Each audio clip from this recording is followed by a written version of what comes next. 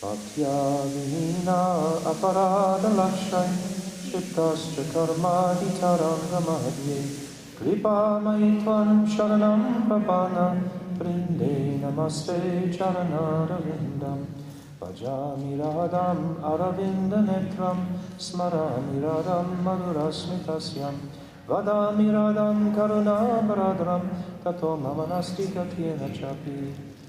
And first of all, offer millions of Dandavat pranams unto the lotus feet of my beloved Gurudev, Nitya Lila Pravishta Om, Asto Tarazara Shishimad Srila Bhaktivedanta Narayan Goswami Maharaj. And the same again, millions of times unto the lotus feet of our beloved, Nitya Lila Pravishta Om, Asto Tarazara Shishimad Srila Bhaktivedanta Swami Srila Prabhupada, and all the Vaishnava and Vaishnavi devotees of the Lord, Dandavat pranams. You know, in this Mangalacharya, I sing this mantra that Srila Gurudev used to sing, Yam Pravajantam Anapetyam Apetya Krityam.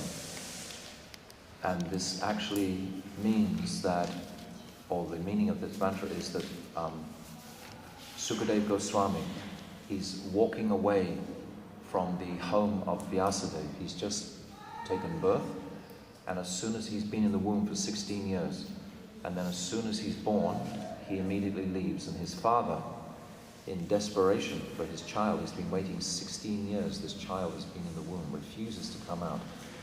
He said he would come out if Krishna came in front of him and told him that he wouldn't be affected by Maya. So then he decided to come out. So as soon as he did come out though, he immediately walked away because he wasn't affected by Maya. He didn't want to stay in the home. So his father is running after him and calling out to his darling son to please return. But his son keeps on walking, and it's described in this verse that only the trees echo his ardent plea for his son to come back. So I used to be confused. Why is Srila Gurudev saying this mantra in his Mangalacharya? Because for many years Srila Gurudev would say this. So I asked him one time, and he gave a very beautiful answer. He said, this Sukadeva Goswami walking away from his home, which more or less represents Maya Devi, mother, father, attachments, etc. And Gurudev said that when you hear this mantra before any discussion on Bhagavatam, etc., it creates a circle around that group which keeps Maya away for the duration of the pravachan, of the class. So that's what he explained to me, which I thought was a very beautiful answer. You know, so when we chant that mantra, Maya Devi can go away for a little while. The illusory energy can be pushed back. Okay, so we've reached the third verse of this Siksastakam, and we've discussed already the principal 7 jewels. Amongst these 7 jewels, I'm just going to say now, you can divide these jewels into what is sadhana bhakti, bhav bhakti, and prema bhakti.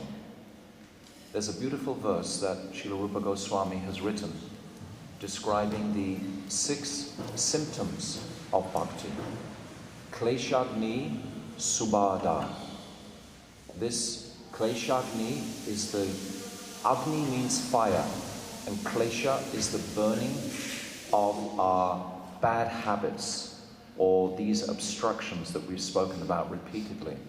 So for our sadhana to progress, this klesh agni has to manifest. So Bhakti Devi, these are symptoms of bhakti, these 6 symptoms I'm just about to say, which parallel the verses within the Siksastakam, simultaneously to so many other parallels.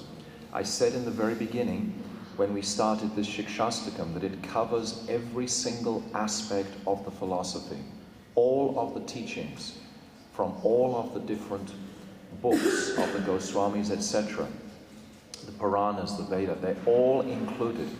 So these 6 symptoms are Kleshagni Subhada, Moksha Lukhata Krit Sudurlabha, Sandranandan Visheshatma, Shri Krishna Kashni Chasa. This is saying that kleshagni, all the sinful obstructions are burnt to ashes. And then subhada, great auspiciousness will manifest for the jiva.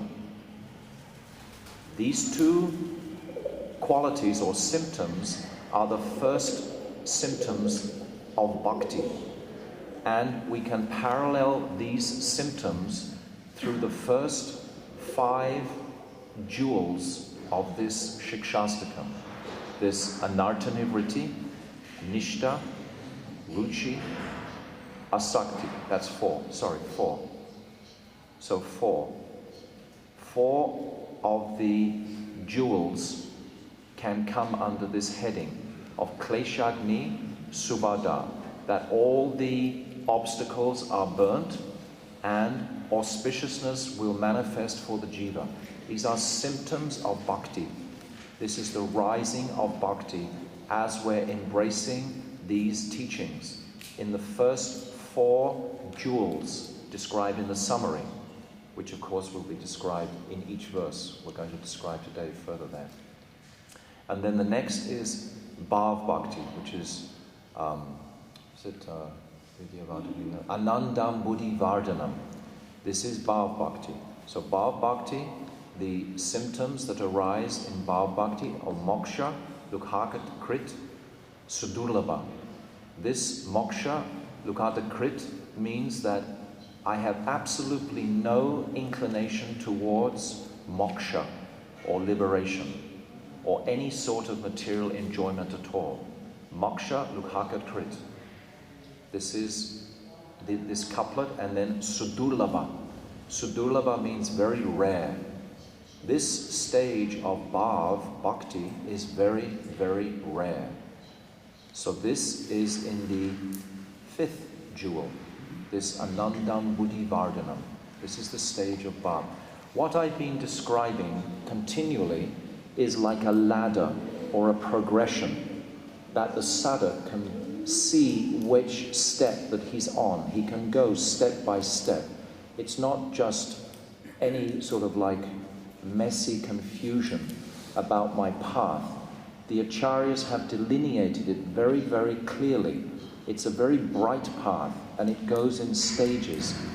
So all of these verses, all of these jewels, all of these different steps that I'm describing, we can see very logically and rationally. It's not just all some big hodgepodge. It's very clearly defined. So these 2 symptoms of bhakti arise in Bhav, in the stage of Bhav. This moksha, lukhata krit, this distaste for anything connecting with liberation, and sudurlabha. It's very rare. And then in prem bhakti, it's sandranandan visheshatma. This is when the symptom of bhakti manifests her charming, sweet, intense, most blissful self in the heart of the jiva. This Sandrananda Visheshatma. This is in the stage of prem, or in Vipralamba Bhav.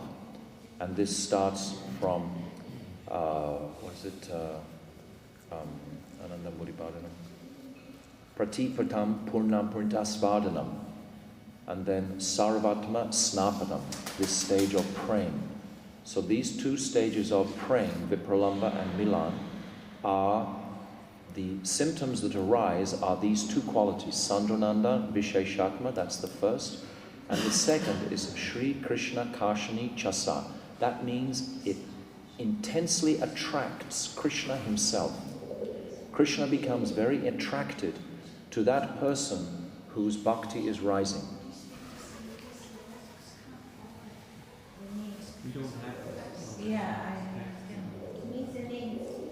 Prabhu, in your sloka book there, I think it's on page 230. Yeah. So I'll just recap. We have 7 verses, or rather, we have 7 jewels we've already described, okay? Anartha-nivritti, nishta, ruchi, asakti, bhav, vipralamba bhav, and prem, okay? We've been carefully through those. Now I'm saying that the first 4 jewels, they relate to the first stage of sadhana bhakti. And they are described, this sadhana bhakti is a stage of bhakti, and there are symptoms that we can perceive in this sadhana bhakti. And one of those symptoms is called klesh agni. Klesha, these unwanted habits or these obstacles. Klesh agni. Agni is fire. They're burnt to ashes by the fire of that bhakti rising in the heart. So these first 4 jewels we can put in that category. Simultaneously, as the fire of those obstacles being burnt, then great auspiciousness, the winds of auspiciousness manifest for that sadhak. In all of his life, everything seems to be going really well. We have a nice place in Vrindavan Dham. We have 3 good meals a day. We have some nice devotees around us. We have some cloth to keep us warm. We don't have too many material problems, really. Okay, and even much more than that. That's the basic material thing. But we're feeling sometimes excited about our progress. There's a move in the heart towards some goal. We've sighted this goal of bhakti. What is this goal in my heart? My attraction for Krishna has become much more focused. So this is, auspiciousness is dawning for the jiva. These 2 symptoms of bhakti manifest in the first 4 jewels. That's anartha-nivritti, nishta, ruchi, and asakti. And then bhav bhakti, which is anandam buddhi vardhana. There's only 1 jewel describing bhav bhakti, because bhav bhakti actually is like the ray of the sun of prem. Sudha sattva visheshatma prem suryavams samyabhak. Ruchi bis chicham vishnu shud bhav uchite. This is the verse that describes bhav. And these 2 symptoms are moksha lukhata krit. This moksha lukhata krit means I have no taste or inclination whatsoever towards impersonal realization. This is very deep. Impersonal, or moksha. Liberation. We have no taste for liberation. We have lots of taste for realization. That is our taste. So we have no inclination at all towards something impersonal. This is very, very deep. This is not just a lightweight type of thing. How much deeply in our hearts are we attracted to still enjoying something from this world? And the highest thing from this world is liberation, freedom from suffering. Who doesn't want not to suffer? Nobody wants to suffer. So, but this desire for liberation is completely expelled at the stage of bhav because the attraction to Krishna is so intense at this point. So moksha lukhata krit sudurlabha. It's described as very, very rare. It is so rare in this world that a sadhak can attain this stage of bhav. It's not a common stage to achieve. Nevertheless, by the power and mercy of Sri Guru and by our own practice. So again, it's 2. It's the mercy of Guru and my own effort.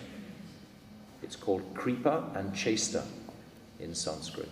Chesta means effort, kripa means mercy. We need the mercy of Guru. Just like the lotus is growing, the lotus has to have the sunlight. The sunlight is like kripa, and it's growing itself within the water. It has to have both. We have to make an effort and we have to have mercy. So these 2 symptoms arise in the stage of bhav. I haven't gone forward yet this morning into the 3rd verse. I'm just again opening out what we've already discussed and compartmentalizing it more easily for you to see this ladder, to see this road, this route that is clearly given. It's like the map of Siksastakam is embedded in the 1st verse.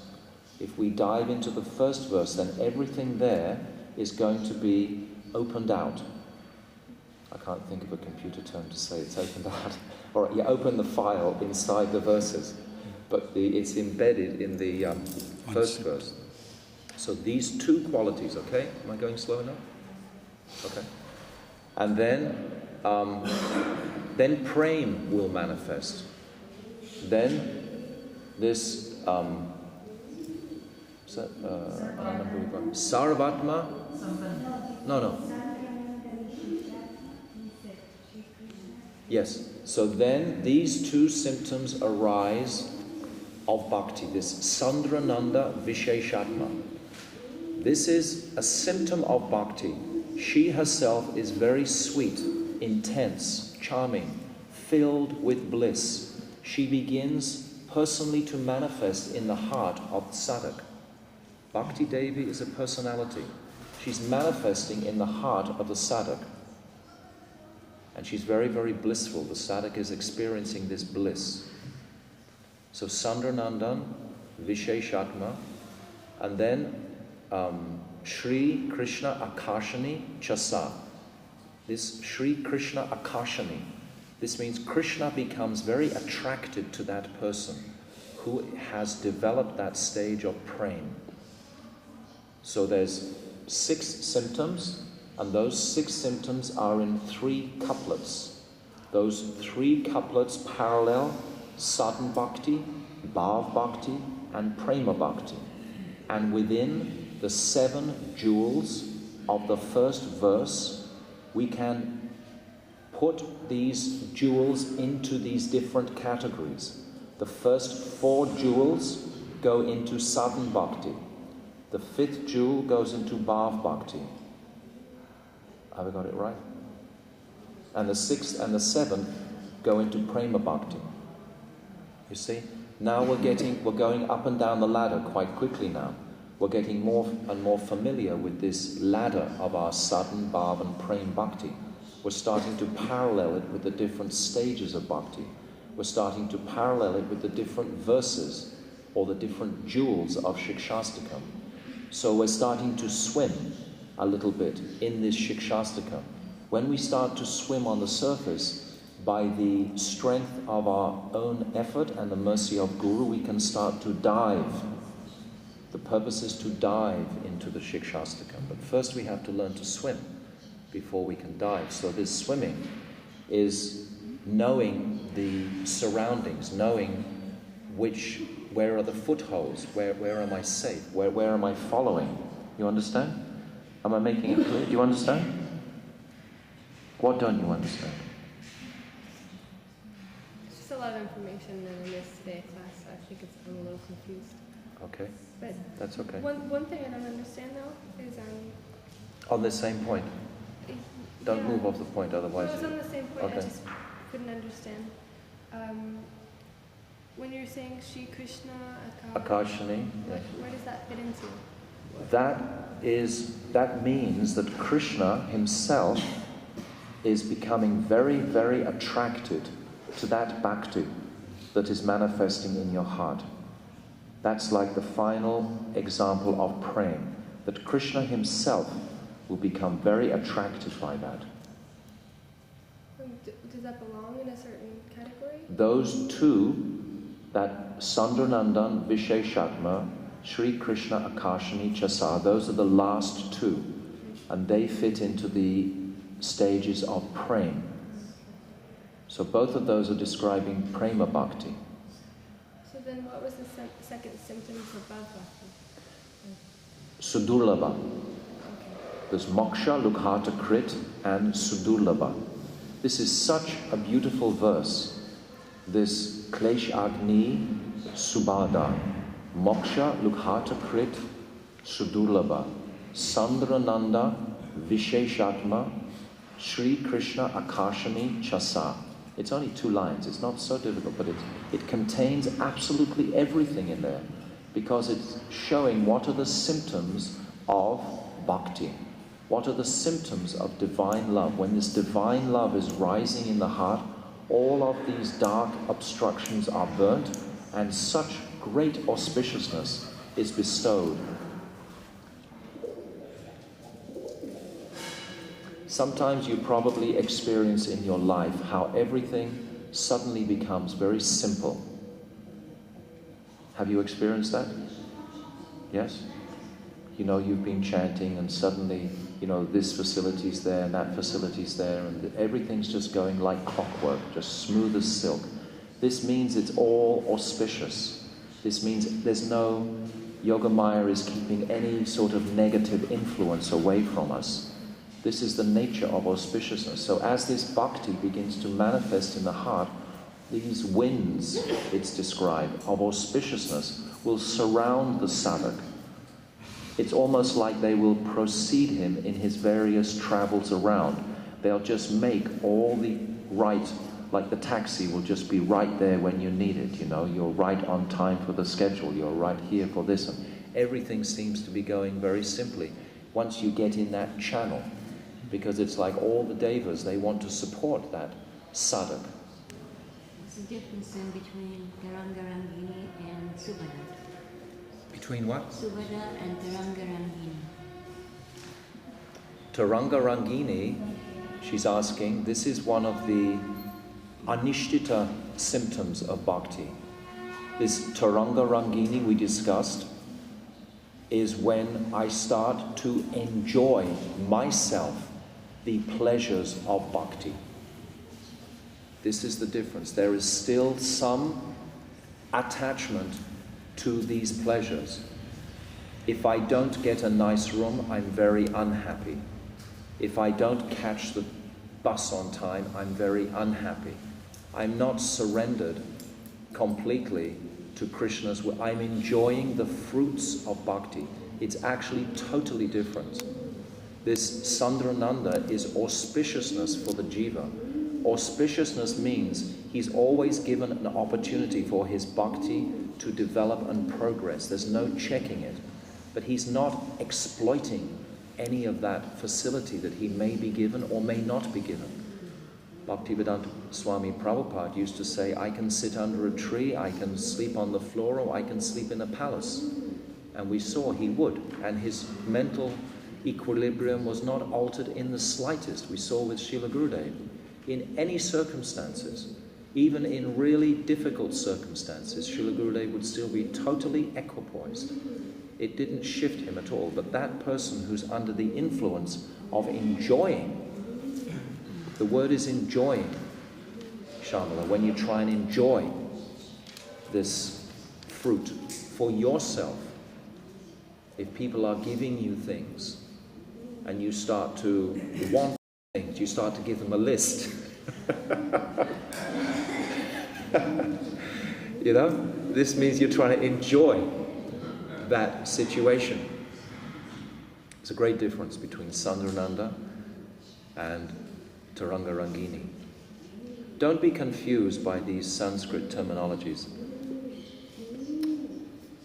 Just pray to be not intimidated by them, because there's not so many of them really.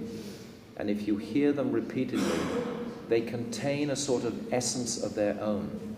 If you can learn that Sanskrit terminology, it's very, very helpful.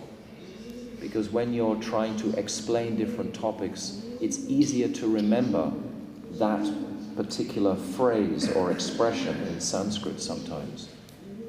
Not so difficult. So I just wanted to quickly today to just go over again that first verse. Then yesterday we discussed the second verse, which was the stage again of Anartha Nivritti, this Namnamakari Bahuda Nija Sharva Shaktis. And it's saying how Krishna has so many names to facilitate so many different types of individuals. This is why he has these names. So now, today, so I just want to keep you abreast of my plans. I plan to do a verse every day for the next 6 days, right? 5 days. How many verses left? 6. So including today, a verse morning and night, the same verse. So for the next 6 days and evenings, I'll cover a particular verse. So today, we've come to the 3rd verse. So if you have any questions that are really not making you feel comfortable with everything, then just don't be shy to ask, because I'm only here to try and help you to understand this. I'm not just speaking it entirely for my own benefit, but I want you to understand it. So I might ask you some questions about what I've said. So don't get caught. And if you don't know the answers, you have to ask me the questions as we go along, okay? It's good for you to speak the questions. Otherwise, these topics aren't so often discussed. They are very, very common topics, but I haven't heard them so much discussed recently. And they're very, so important for our progress. Our progress must be regulated. I've been trying to encourage you to make schedules in your day, to make regulated program in your life. So make a regulated vision on which step you're approaching in bhakti now, and get to know all the steps up and down regularly, and then you can deliver them very rapidly. I think I told you the other day how I was once in Malaysia with Srila Gurudev, and Srila Gurudev arrived very late for a program, and he had to go for another appointment after this program. There was about 100 people there in Kuala Lumpur, and that new temple. And he had 15 minutes only to deliver a lecture. He went from your all suffering, sorrows and miseries of this world to Tad Tad Bhav Ichamai in 15 minutes. And it was so sublime to listen to Gurudev going step by step by step by step by step by step. It was so easy to follow. He was just taking steps up a ladder, and he just whizzed through it to Tad Tad Bhav Ichamai, just like in 15, and everyone was right with him, because he developed he is so expert and able to give us this. So we also want to develop that familiarity with the steps, so that in our own hearts we don't ever get confused, and we can see the different progressions. It doesn't have to be just a big, mumble jumble of things. Okay, so today we've come to trinad pi sunicena, taroda pi suhishana, amanina manadena, kirtanya sadahari. So now this is paralleling the stage of nishta. This is the same as Baba Maha Davagni Nirvapana. This was the second jewel, remember, in the first verse. Now this is paralleling it, the stage of nishta. This verse is described by Mahaprabhu as the method. I just want to read you from this Chaitanya Charitamrita for a second. How Mahaprabhu manifested this verse. So, after he spoke that second verse, he's describing like this. I'll just read you a couple of verses. This is describing the second verse. Because people vary in their desires, you have distributed various holy names by your mercy. This was Namnamakari Bahujan. Then he's saying, regardless of time or place, one who chants the holy name, even while eating or sleeping, attains all perfection. He's saying, you have invested your full potencies in each individual holy name, but I am so unfortunate that I have no attachment for chanting your holy names. These are all referencing the second verse. Now we come to this verse, Trinada pi sunicena, and then it's described that Mahaprabhu continued, O Swarup Damodar Swami and Ramananda Roy, hear from me the symptoms of how one should chant the Hare Krishna Maha Mantra to awaken very easily one's dormant love for Krishna. These are the symptoms by which this dormant love for Krishna can be awakened.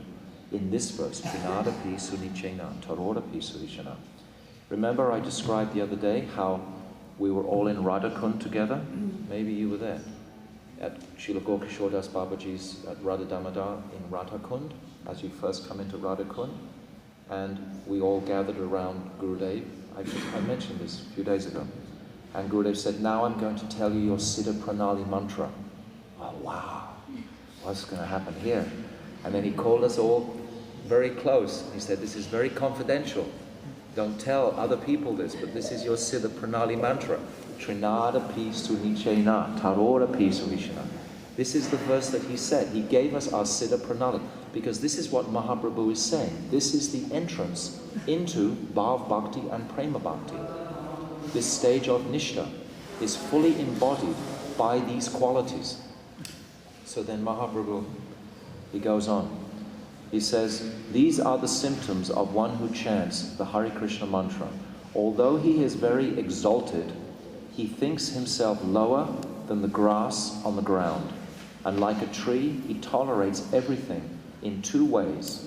When a tree is cut down, it does not protest, or even when drying up, it does not ask anyone for water. The tree delivers its fruits, flowers, and whatever it possesses to anyone and everyone. It tolerates scorching heat and torrents of rain, yet it still gives shelter to others. These are the two qualities we're going to discuss today, of this humility and tolerance. And now there's two more qualities in this verse. Although a Vaishnava is the most exalted person, he is prideless and gives all respect to everyone, knowing everyone to be the resting place of Krishna. So these are four qualities altogether. There is humility, tolerance, pridelessness, and respect to others. These are the four qualities that are embodied in this verse. And Srila Krishnadas Kaviraj Goswami, he says that actually this should be placed as a locket on the neck. Then Mahaprabhu is saying, if one chants the holy name of Lord Krishna in this manner, then he will certainly awaken his dormant love for Krishna's lotus feet. So that's describing the manifestation of this verse. Now, so this is the process for chanting Nam. And this first jewel in this verse, trinad pi sunicena, this is the natural humility that rises in the heart due to complete detachment from sense gratification. When we no longer have any desire for sense gratification, great natural humility will arise in the heart. This, we can understand this. Look at the materialist who's only interested in exploiting this material energy. What is his main mood most of the time? It's actually pride. The materialist is proud of everything. He's proud of his car. He's proud of his house. He's proud of his fancy hairstyle. He's proud of his nice jacket. He's proud of his shoes. He's proud of his face, of his nose. Anything. This pride is like all-pervasive in material consciousness. We should see that. It's a symptom of material consciousness is pride. You're taking pride in practically anything. Isn't it true? So this is the opposite of the devotee. It's the opposite of spiritual consciousness. This is the definition of material consciousness, that one takes pride in everything. He's looking to be important in this world. He's looking to be great in this world, on the gross level and the subtle level. In every way, he wants to be the best. It's filled with an envious mentality.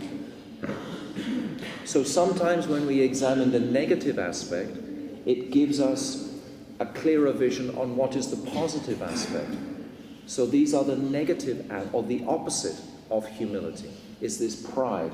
And we see that practically every breath that the materialist takes, he's looking to move forward in his own kingdom or for his own welfare.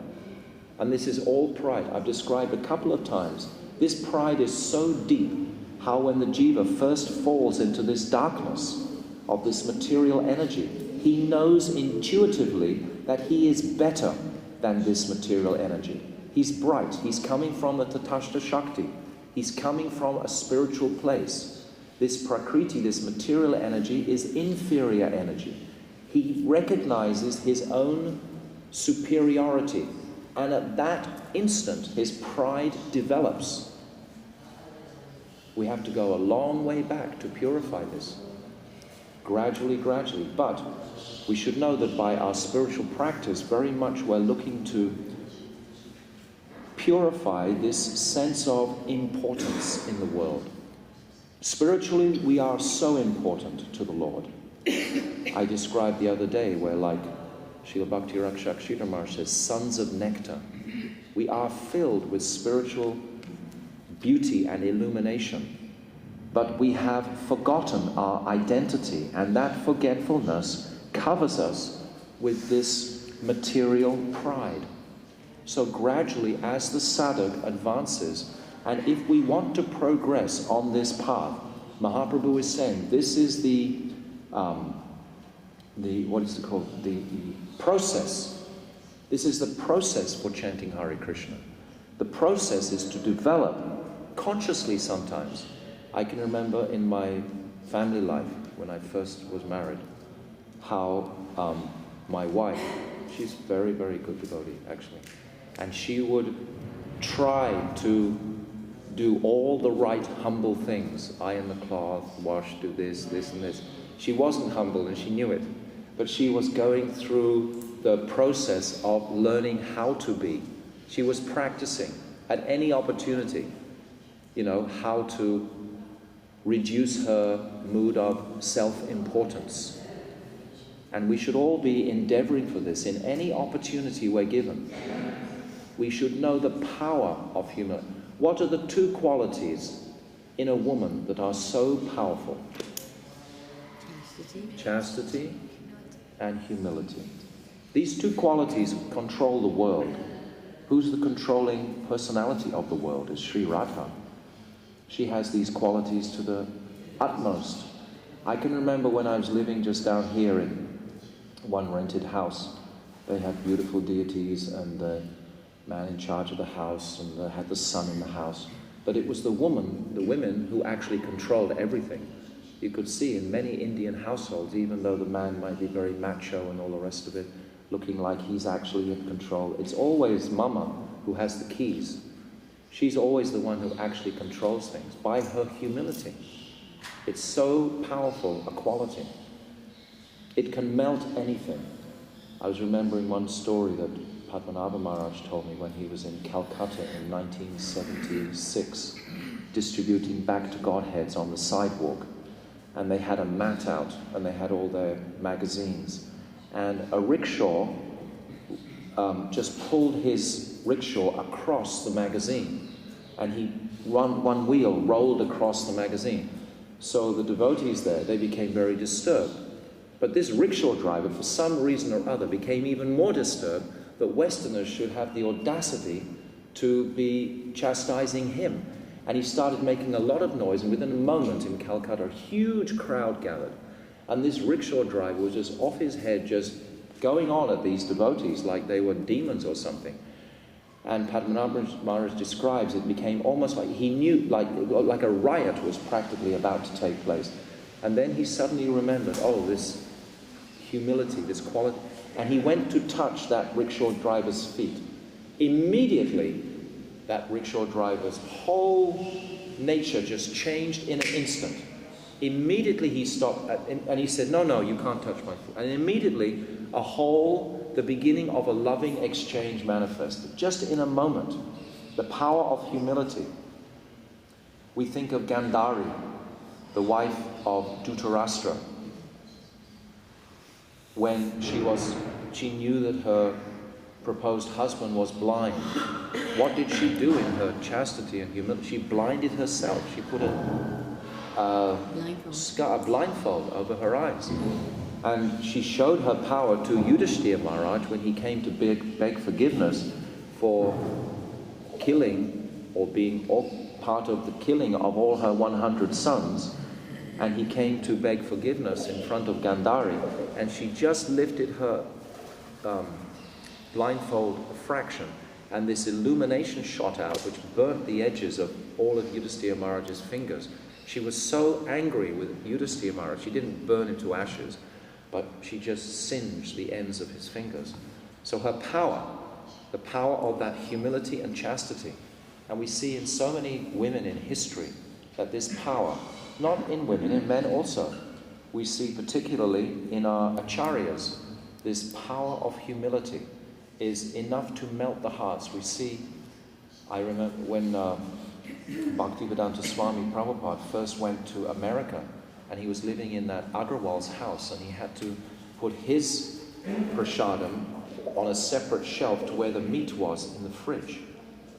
I think this is a very humble exhibition. Would we do that today? Even we have been eating meat in our lives, and yet if someone comes even with meat, oh, don't show me that. But we were actually once indulging in that. Prabhupada was never even indulging in that, and yet he had to put his, food stuff alongside there. What amount of humility must have that taken to do these kind of things?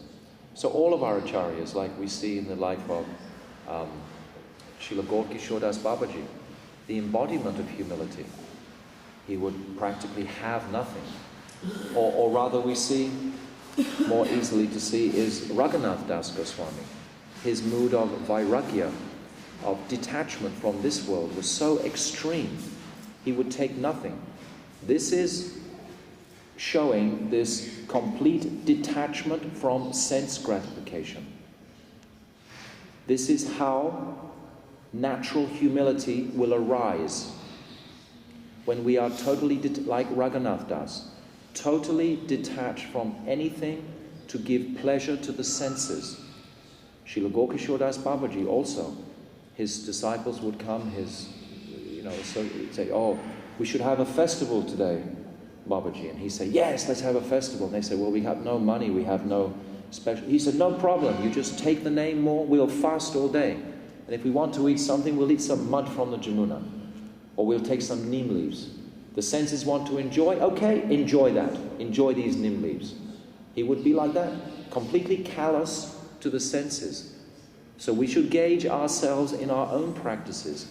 How much am I ready to placate my senses? How much am I ready to try and transcend the pushings of my senses?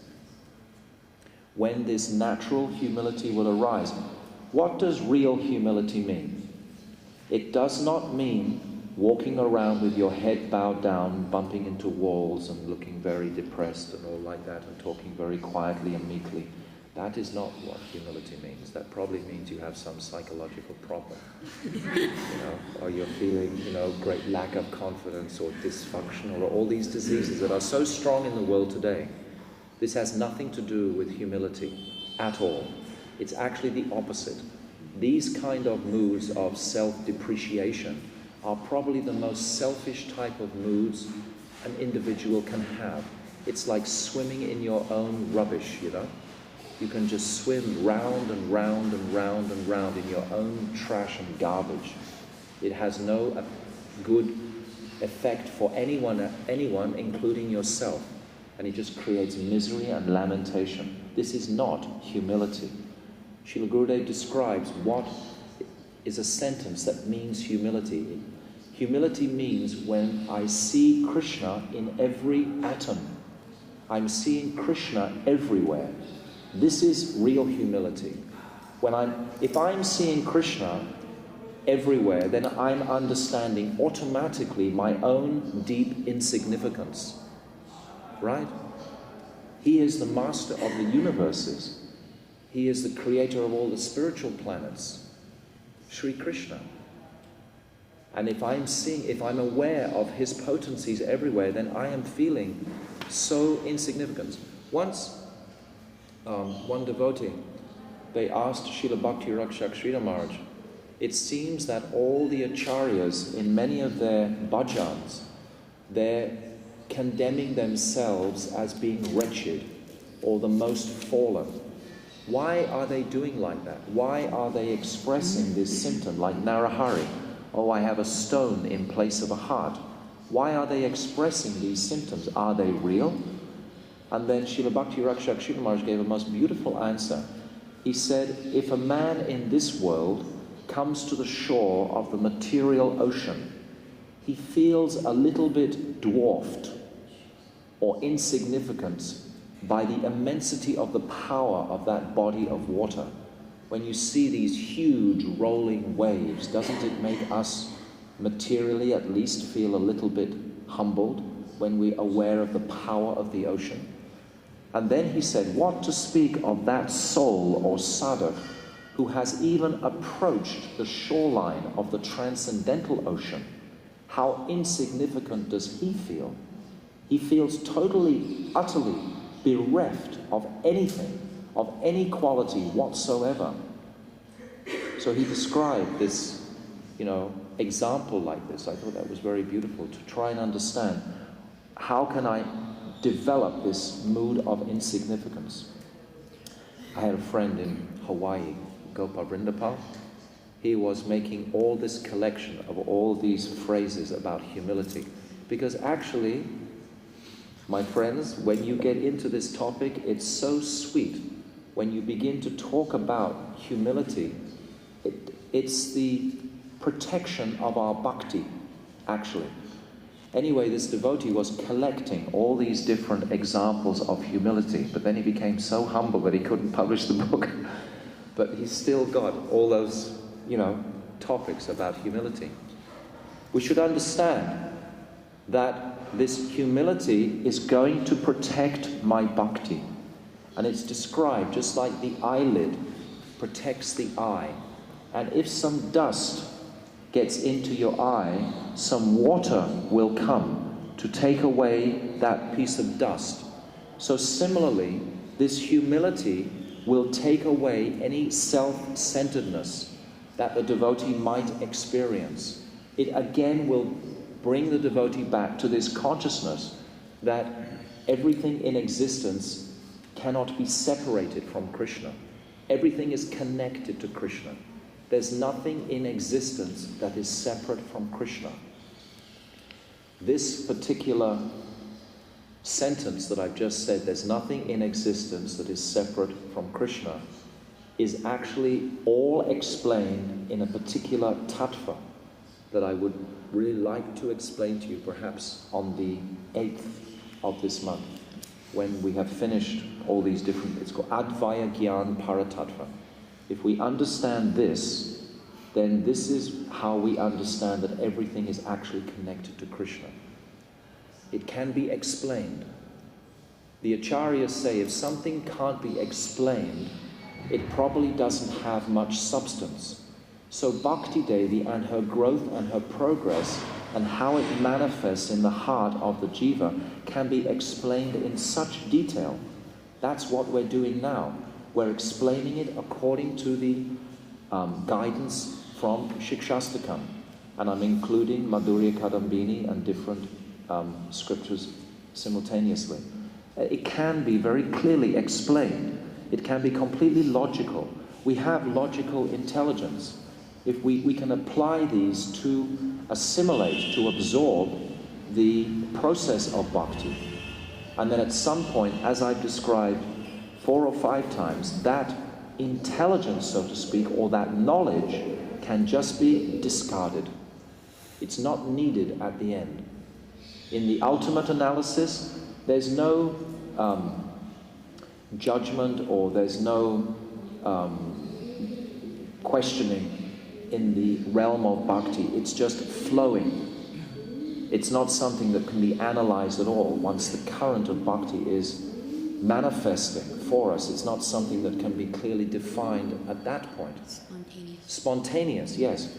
But prior to that, to achieve that, then we need to have this form of analysis. So the second jewel is taro api sunicena.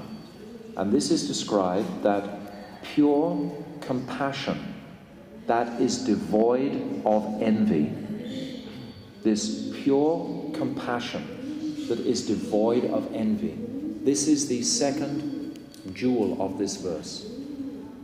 Pure compassion. And the example is the tree. The tree has total compassion.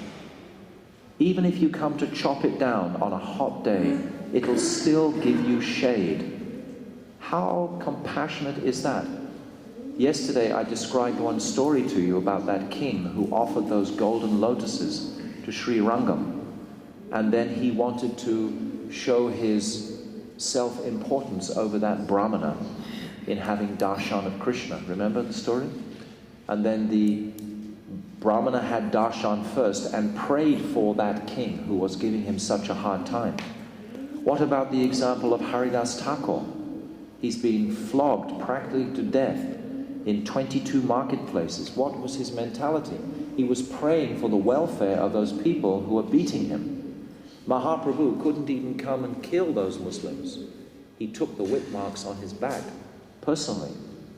But this is an example of extreme humility. Prahlad Maharaj, just very submissively following the orders of his father, going into that, boiling cauldron of ghee, being thrown off a cliff, knowing that Krishna existed fully and Krishna would catch him if he wanted to, being thrown off the cliff. Full conviction. So full Sharanagati must be there to appreciate what is real humility. We must be well on that road of Sharanagati. I explained those 6 symptoms yesterday of Anukulyasya Sankalpa, Pratikulyasya Varjanam, Rakshistyasya Vishvasya, Gopritva Varanam Tata, Atmanikshkepa Katmanya, Sadvidi Sharanagati. These accepting what is favorable, rejecting what is unfavorable, seeing Krishna as my maintainer, Krishna as my protector, surrendering with humility and with all my limbs. Yeah. Hearing all these topics, in my mind always the same question comes. Observing our own lives and that of our devotees. How thin is the line between trying to first have all these qualities and then reach the goal? No. Higher taste? Never. Rather than, as you always emphasize, taking Harinam and achieving higher taste and then seeing like a corrective or like a enforcement of oneself being on the right path, seeing how these qualities develop in one's life. Prabhu, it's simultaneous in a sense. The first primary consideration is the goal. Where am I going? What am I doing here, sitting in Vrindavan on a cold morning, wrapped up in a blanket, when I would rather be in front of a knife? What is the purpose of my existence at this point? What is I am trying to reawaken that sweet, divine attraction to the Supreme Lord. That's the goal. So I have to hear about that goal. I have to hear regularly the sweet, sweet pastimes of Radha and Krishna in Vrindavan. I have to regularly hear that to become attracted to that world.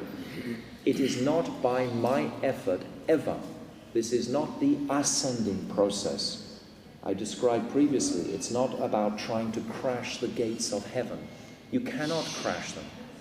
I described in my own life, I tried many times and just banged up against the wall.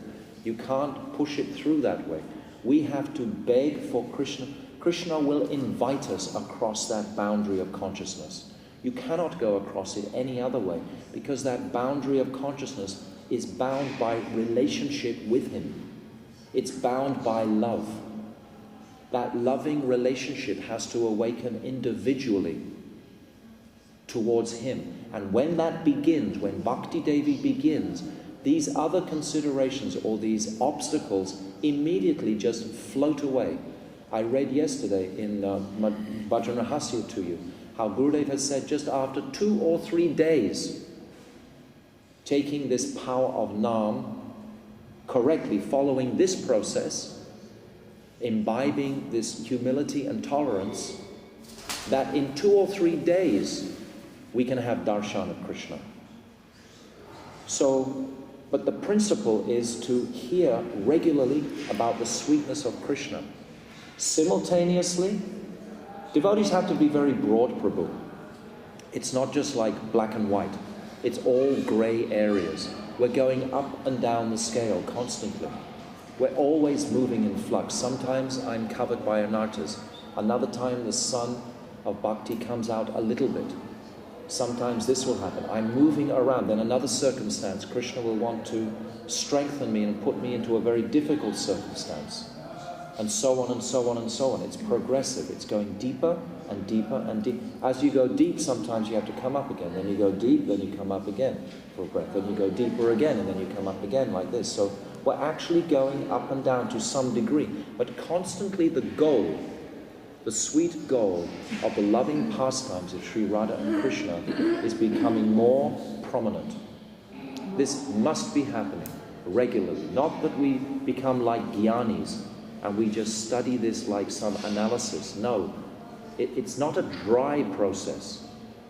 It's the most sweet, charming, beautiful, intensely wonderful process. Yeah. You're going to say something? Yeah, I just missed one word and you said more, I couldn't understand. It's okay, it's not important. Okay. We should understand what is rasa.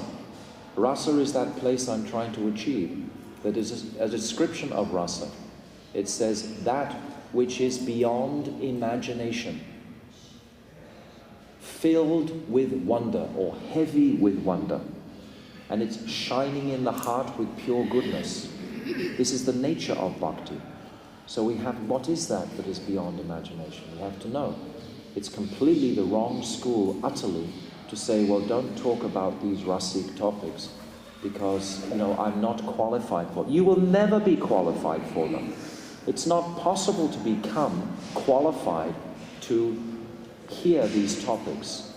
The qualification comes from our attraction. We create our own qualification by the attraction to them.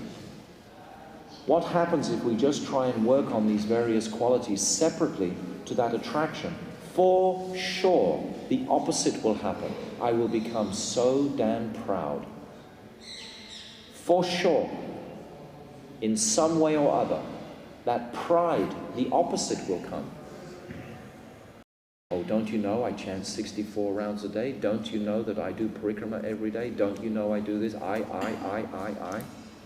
It's only about you. And how wonderful are we? This is so the opposite of bhakti. It becomes the opposite of bhakti. It may begin with some aspiration towards that end, but if it's not constantly looking at the goal, if it's not constantly examining my heart, what is my attraction now, today? Do I have any attraction? Sometimes I speak to very older devotees and they say, actually, Prabhu, I want to tell you a secret. I have no attraction for Krishna at all. I really don't have any attraction. It's all just fake. Even Mahaprabhu is saying this. Mahaprabhu is saying these tears are fake. I don't really have any attraction. If you're feeling you don't have any attraction, then probably you have some attraction. If you're feeling you have some attraction, probably you have very little. If someone asks you how your bhajan's going, oh, really good. Really good. Having good bhajan these days. I'm fine. I mean, no. Opposite. You have no bhajan. If you're feeling no bhajan, then you're feeling some greed for the bhajan. Greed is the current. It's the commodity that must be there. We must be greedy. Krishna bhakti rasa bhavitamati kriyatom yati talabhyate tatra lolyam api mulyam ekalam janma koti sukrityana labhyate. This greed, it's the current of raga nuga bhakti. So if I'm complacent and think, I'm a pretty good hotshot, at all these things, then how you can progress? So humility, it's a sweet, not to be self-centered. Okay, there's two qualities I've mentioned now. That this natural humility is born from total detachment from sense enjoyment. That's the first. The second, this charorapi suhishena, is this pure compassion which is coming from a place totally free from envy. There's nothing that I want from anybody else except their blessings to progress in this path. I'm not asking this world for anything. Whatever Krishna chooses to give me for my welfare or maintenance, that I happily will accept. And if he doesn't give me, well, that's for a particular reason, and that's no problem. You know? Now I don't have a bathroom up there. So no problem. Everything else is very wonderful. But Krishna always wants something, you know? Okay. The third. Sorry? Tarot is tree. Yes. And the usual translation is more tarot than tree. Yes, that is the translation. And what that inspires in the heart of the jiva is pure compassion, which is free from envy. If I become tolerant like a tree, then natural compassion will develop in my heart for all living entities. I won't be envious at all. Non-envious people are rare in the world. You can sense them. They don't want anything from you except your well-being. They're always looking for your happiness. This is the real devotee. He's always wholeheartedly looking for the other's well-being and happiness. This is real compassion, like the tree, just giving its fruits, giving its branches, giving its shade, whatever. Just giving. We have that capacity to do that. None of these qualities can ever manifest, though, without the mercy of Guru. Don't think, oh, these qualities are so hard. How can I ever become humble? How can I ever become tolerant? You cannot. Without the mercy of Guru and Nam. You cannot. It's not possible. I explained just, a short while ago that the nature of the material mind is pride. That material consciousness will immediately take priority in my mind unless I take Nam and beg for the mercy of Guru. So this third jewel in this verse is Amani Nam, that I'm not looking for my own self-respect. And this is described as purity of heart, which is freed from the material false ego, when I no longer am attached to my senses and body. When we fall into this material world, I've described before how Shivji, he gives us the false ego, this misconception that I'm the body. Simultaneously, Lord Brahma, he places 5 coverings over the jiva.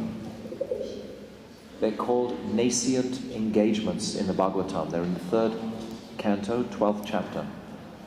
And it's described that the first there's andar, tamaha, and tamaha. I'll explain them in English. The first is to be illusioned about the self. It's a covering. It's a covering that Lord Brahma has put over us. We're illusioned about our identities. We don't know who we are. And the second covering is we're illusioned about this world that we're in. So myself and the world, these are 2 separate coverings.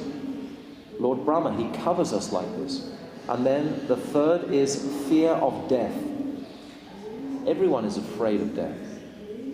I was on a plane the other day and we went through one of these air pockets and just dropped about 5 or 6 seconds, just shoom, like this, and all those people that had been enjoying and drinking and the rest of it, all of a sudden started like, oh God, oh God, oh God, we're going to die, because it felt like that. People were hitting the ceiling and everything. And it was like everyone was suddenly like looking for something more valuable. Everyone was afraid. So this fear of death is naturally a covering on the jiva. And then there is anger after frustration. This is another covering. We become angry when our material senses are frustrated. Anger after frustration. And then the 5th one is this false conception of me being the owner of anything. This possessiveness. So these 5 coverings are placed over the jiva. So what chance do we have By understanding what I just said, now you can understand the power of the name. How the power of the name and the mercy of Guru has allowed us to sit here and intelligently reflect on these topics. You know, without their mercy and without the power of the name, we wouldn't even be sitting here in Vrindavan. So we can see the power that has brought us this far. Try sometimes to look back on your life and see how far you progressed in like 3 or 4 years. What were you thinking about 3 or 4 years ago? And what will you be thinking in 3 or 4 years from now? How much more advanced will we become? Or how much more will we understand these topics and realize these topics? So this purity of heart, which is freed from the material false ego.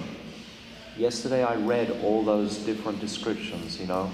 I am this, I am that, I am happy, I am sad, I am big, I am small, I am handsome, I am ugly, I am hungry, I am weak, I am strong.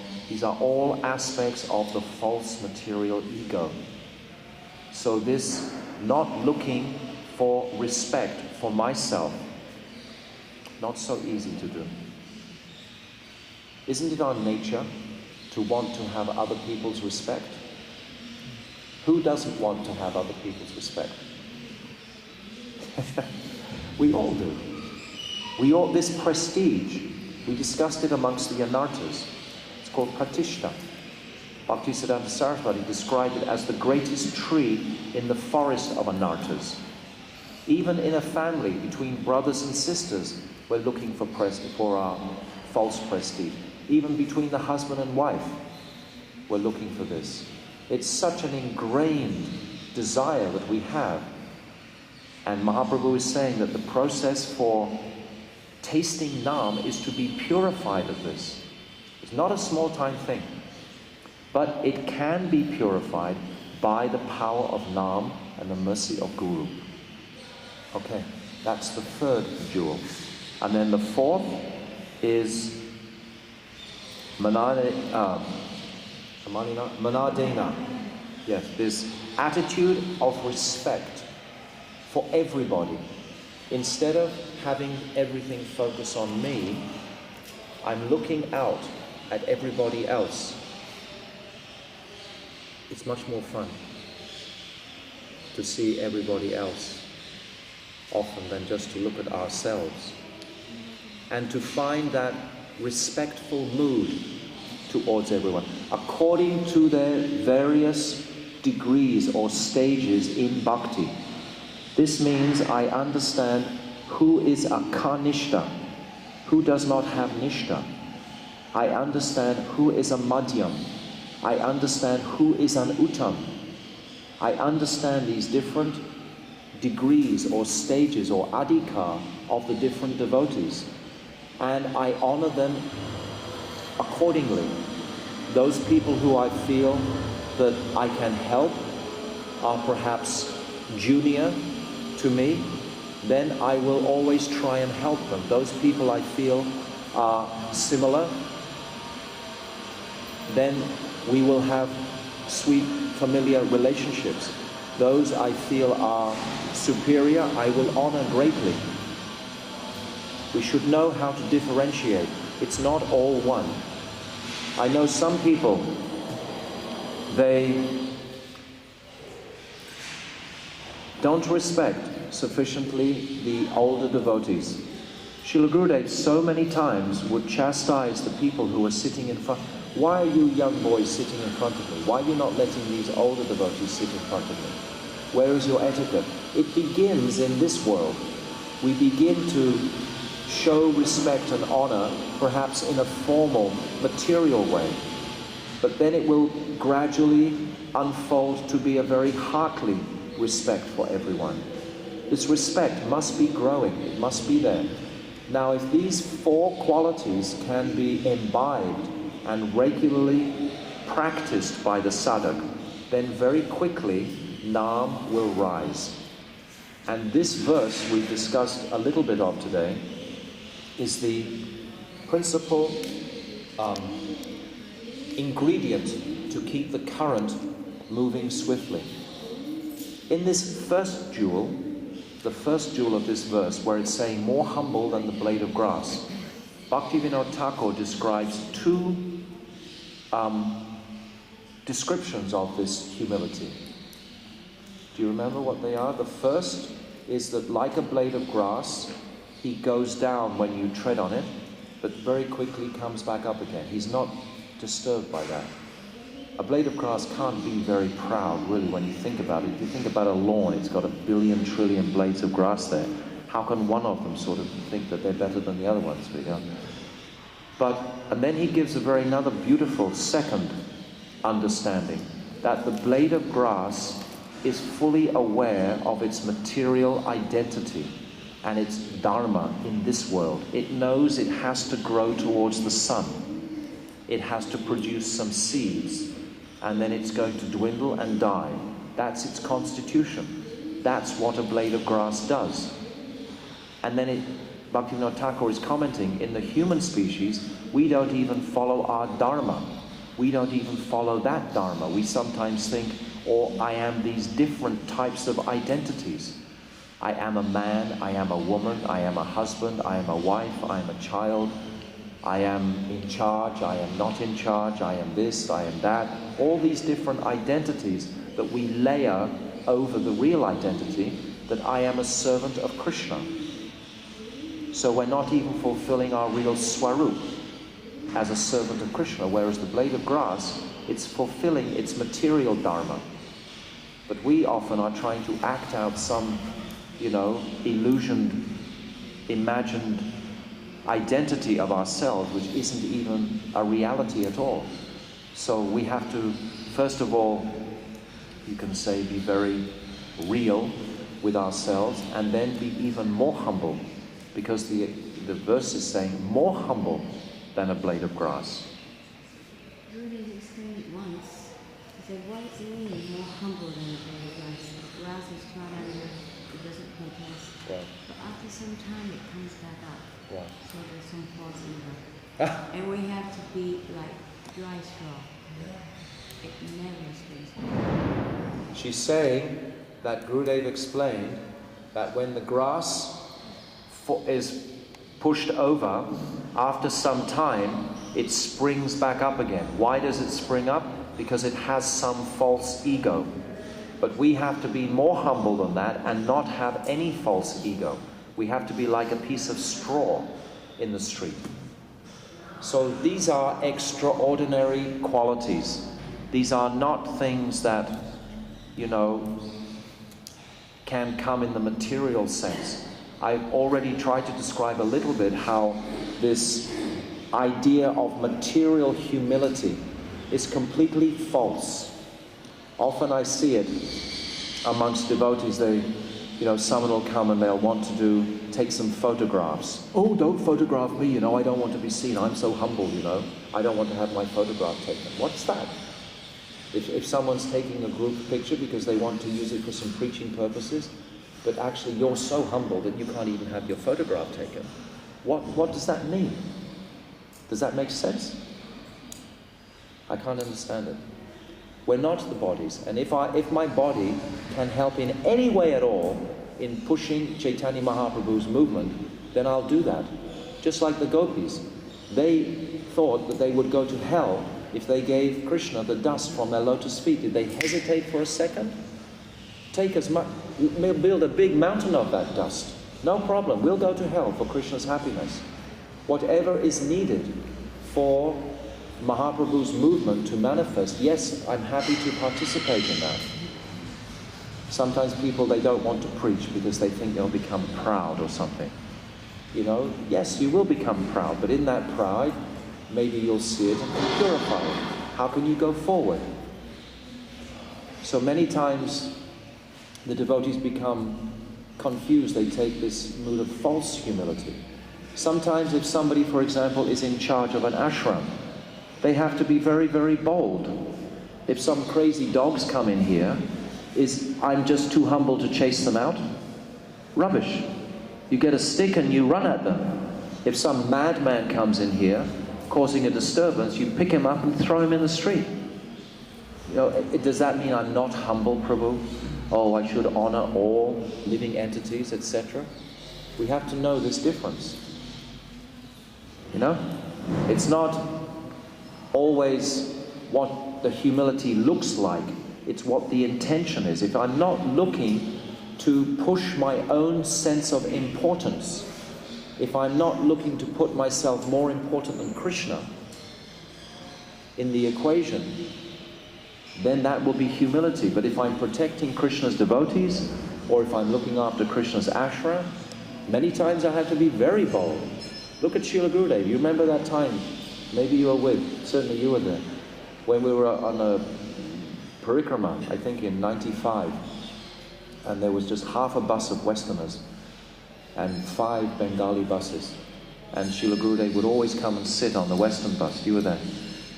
And Gurudev would always sit in the front, and we came to one toll gate, and this guard was questioning our driver, a hired driver, but we considered him ours, And this particular occasion, we had all the papers in order.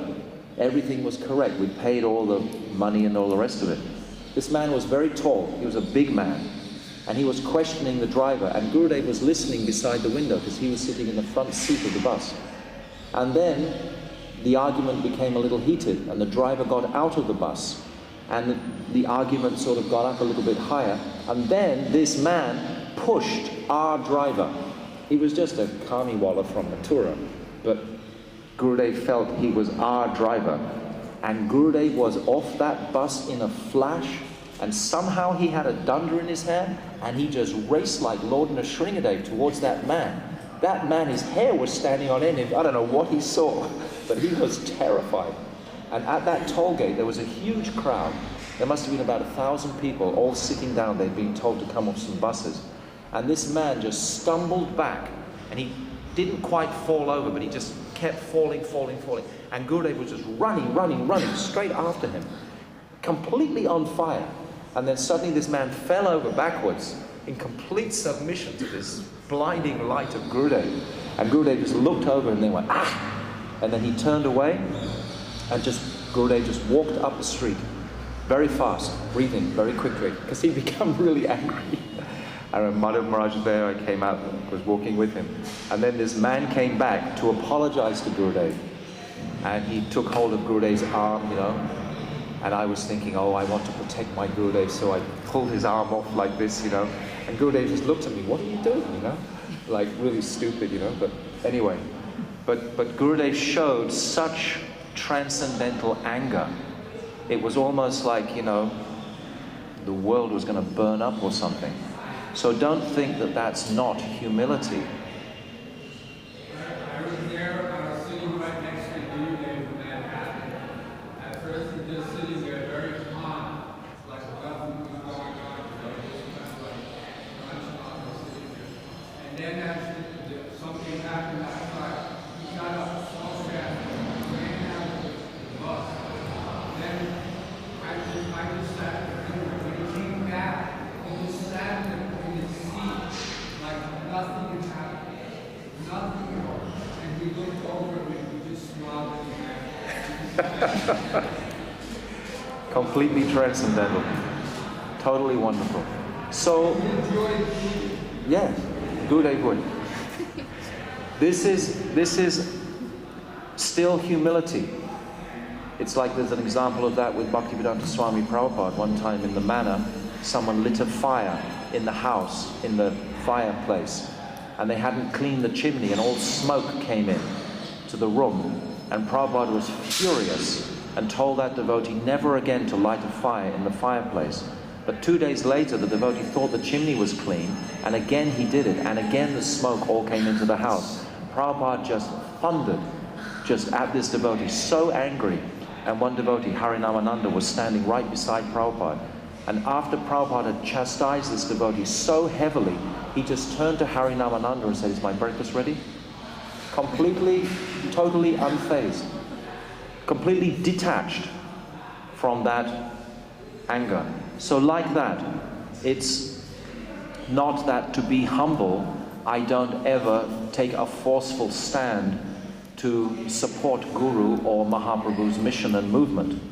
Sometimes we have to be so strong, but at other times we can be so meek and gentle. So we have to reconcile these things. And also one time Guru said, I am never angry. No. Did you hear what she said? Gurudev said one time, I am never angry. Anger is described by Yudhisthira Maharaj at the end of the Mahabharata war. He was lamenting dreadfully for the number of soldiers and persons that had been killed on that battle. 640 million people killed. And he was condemning this angry mood. He was saying anger is the cause of all these people's pain and death. And he was greatly lamenting. Anger is the lowest quality we can come to. There's no question. Transcendental anger or controlled anger, just like a teacher, sometimes will, show anger, like the cobra shows its hood, just to get some results. But actually to give in to that angry emotion is the lowest, emotion, or the lowest quality that we can come to. We lose everything. Huh? It's the cause of all the diseases in the world. Yes, also. She's saying it's the cause of disease. It actually hurts the liver when you become angry regularly. Okay, we've gone very late today. I haven't said everything. This is, there are so many aspects to this. We'll speak again tonight from Bhajan Rahasya and read some verses in connection with this. But by these 4 jewels or qualities in this verse, then Kirtanya Sada Hari. Then we can chant that pure name. I have a question about Pratishta. Because Pratishta is something like we like the appreciation of other people around us. We do something, we like to be appreciated. Yes. Is it Pratishta? Yes. But It's more important. If we do, sorry? It's more important for my appreciation that I'm appreciated rather than actually what I'm doing. It's like, for example, if I give some money in charity, that can be very good to give money in charity. But if you want the whole world to know that you've given that money in charity, that's called pratishta. Yeah, but sometimes you do something, and if you don't feel any appreciation, any reciprocation, it's like dry. I know. Yes, I understand completely what you're saying. Who will answer her question? She's saying that if you don't feel some validation or appreciation for some act that you do, it can become very dry in your life if you're just doing things and not, like we like to validate each other, we like to appreciate each other. And if you do something and it seems that no one is appreciating what you're doing, how would you answer that? Anita, what would you say to her? What does Shamrani say? Shamrani says so many good things about these points. How would you answer that?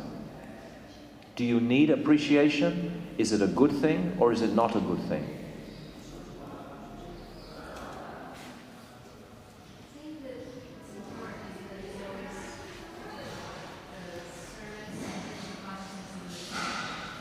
Is what?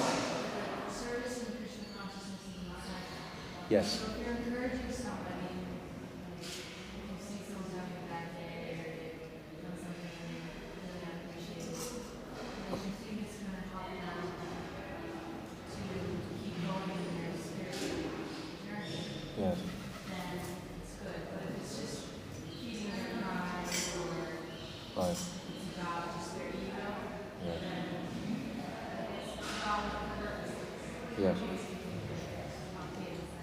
So this is how we behave with each other. We always try and encourage each other. But there comes a point when you don't really need that encouragement so much. You're already encouraged towards Radha and Krishna by your bhakti. You're already inspired sufficiently. You don't need that. So you don't need to have that. So you've become detached even from that. This is the maturity of our bhakti. Was Gurudev doing so much seva? Did he want to be validated constantly?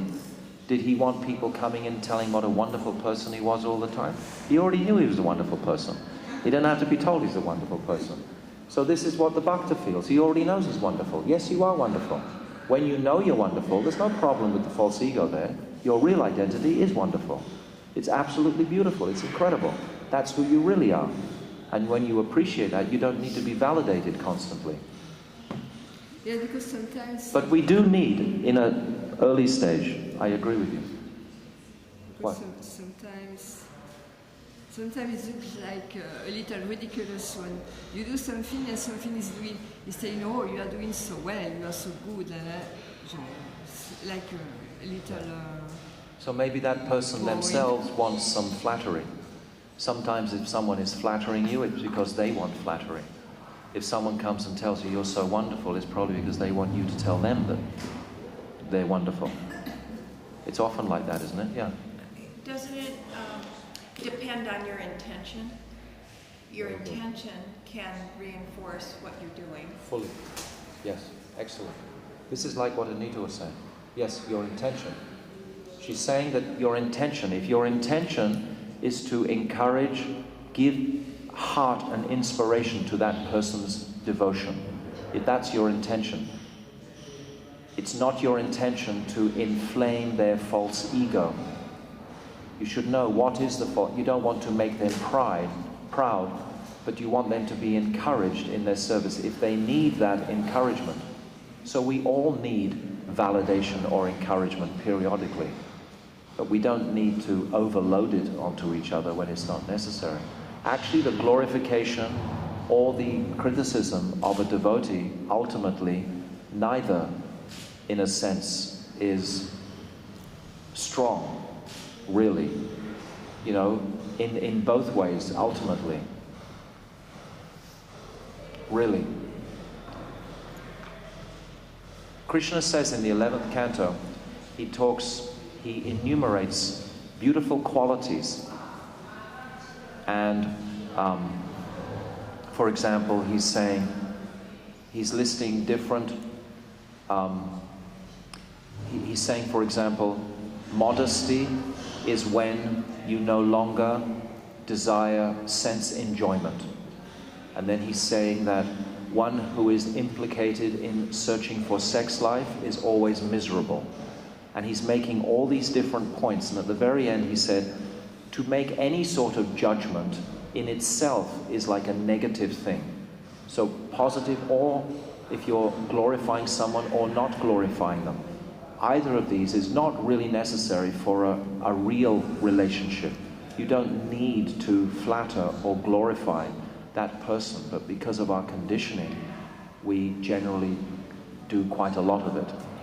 But in the ultimate, it's not really, it doesn't create a more honest relationship, ultimately.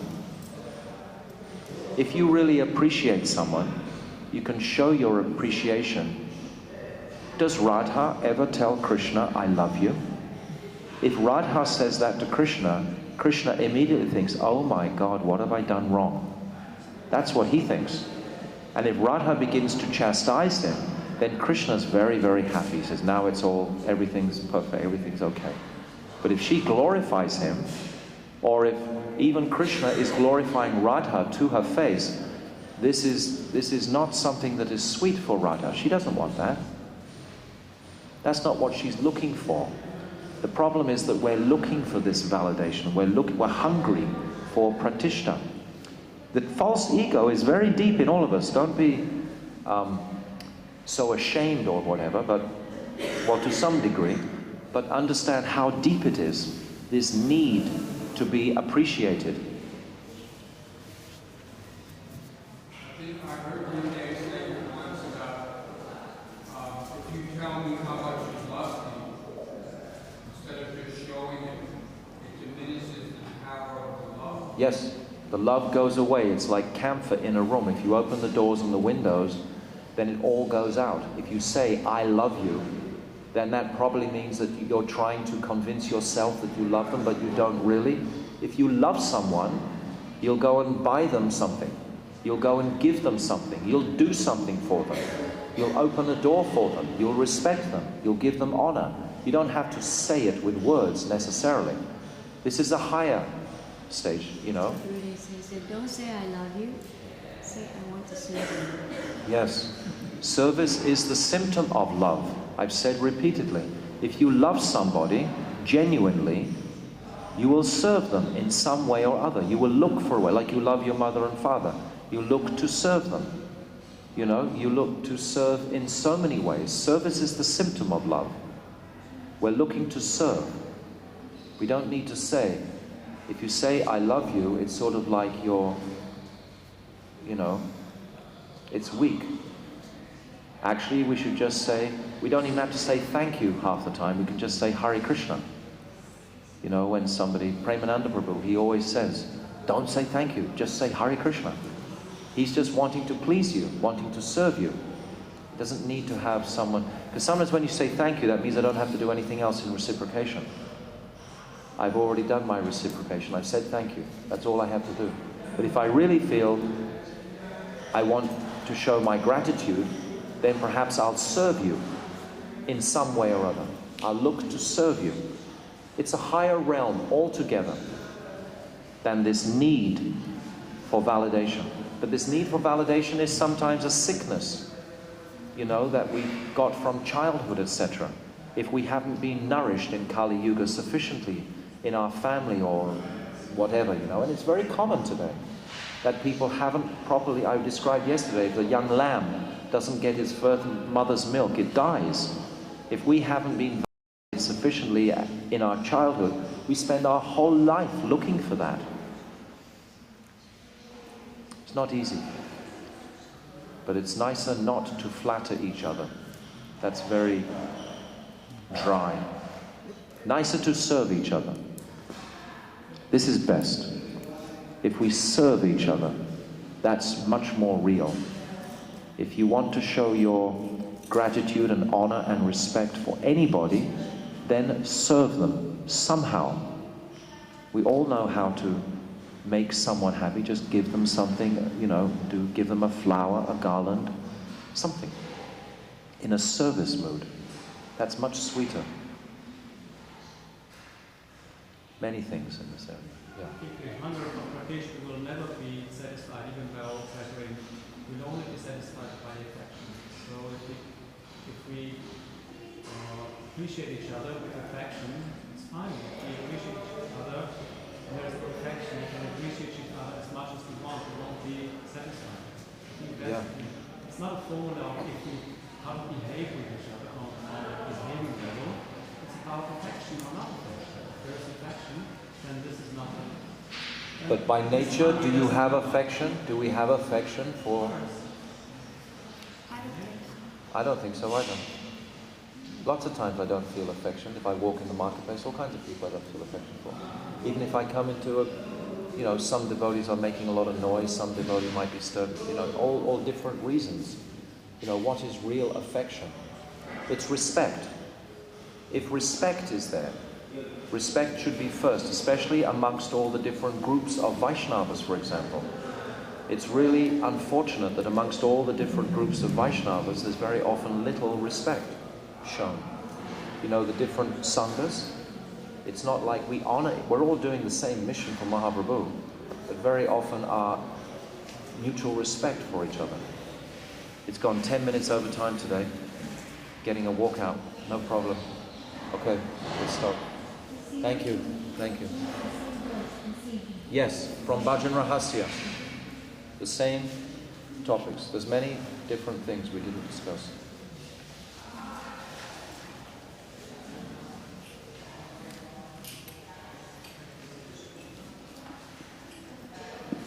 Hare Krishna,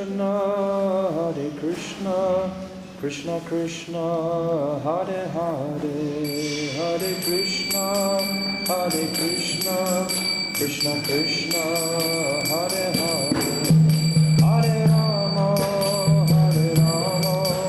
Rama Rama, Hare Hare.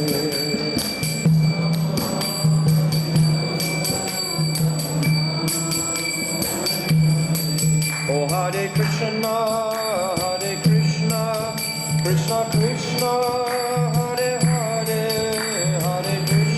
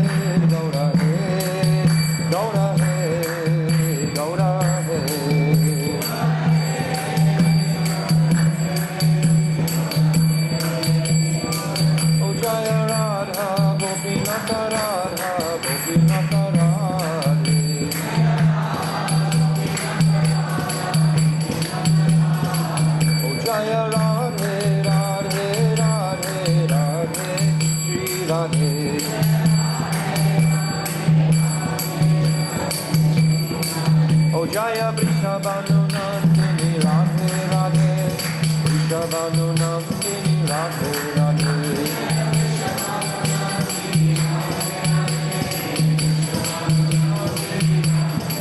Oh Radhe Radhe Radhe Radhe